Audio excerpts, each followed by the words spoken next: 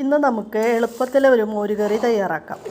അതിന് വേണ്ടിയിട്ട് നമ്മൾ കുറച്ച് കുമ്പളങ്ങയാണ് എടുത്തിട്ടുള്ളത്. കുമ്പളങ്ങ കഷ്ണങ്ങളാക്കി നമ്മൾ ചട്ടിയിലേക്കിട്ട് അതിൽ കുറച്ച് ഉപ്പ്, മഞ്ഞൾപ്പൊടി, മുളക് പൊടി, വേപ്പില എല്ലാം ഇട്ട് നന്നായിട്ട് വേവിച്ചെടുക്കുക. നന്നായിട്ട് തന്നെ വേവണം. കുമ്പളങ്ങ നന്നായിട്ട് വെന്താലേ അതിനൊരു സ്വാദ് ഉണ്ടാവുള്ളൂ. അപ്പോൾ അങ്ങനെ വേവിച്ചെടുത്തതിൻ്റെ ശേഷം നമ്മൾ അതിലേക്ക് അരപ്പ് ചേർക്കാനുള്ള ഒരു അരപ്പ് ഉണ്ടാക്കണം. അതിനായി നാളികേരം, പിന്നെ പച്ചമുളക്, കുറച്ച് ജീരകം, കുരുമുളക്, 2 വേപ്പിൻ്റെ ഇല ഇതെല്ലാം കൂടിയിട്ട് നന്നായി അരച്ച് ഈ കറിയിലേക്ക് നമ്മൾ ചേർക്കണം.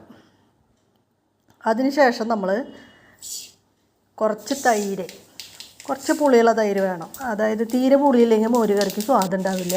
അപ്പോൾ കുറച്ച് പുളിയോട് കൂടിയിട്ടുള്ളൊരു തൈര് ചേർക്കുക. ആ തൈര് ചേർത്ത് കഴിഞ്ഞിട്ട് പിന്നെ നമ്മൾ തിളപ്പിക്കേണ്ട ആവശ്യമില്ല.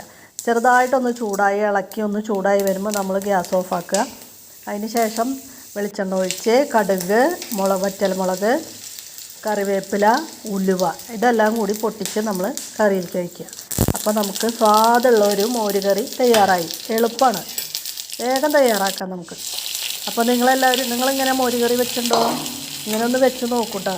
നല്ല മോര് കറിയാണ്, നല്ല സ്വാദാണ്. പാകത്തിന് ഉപ്പും പുളിയും അല്ലാതായിട്ട് നല്ലൊരു മോര് കറിയാണ്. നിങ്ങളെല്ലാവരും ട്രൈ ചെയ്ത് നോക്കൂട്ടോ.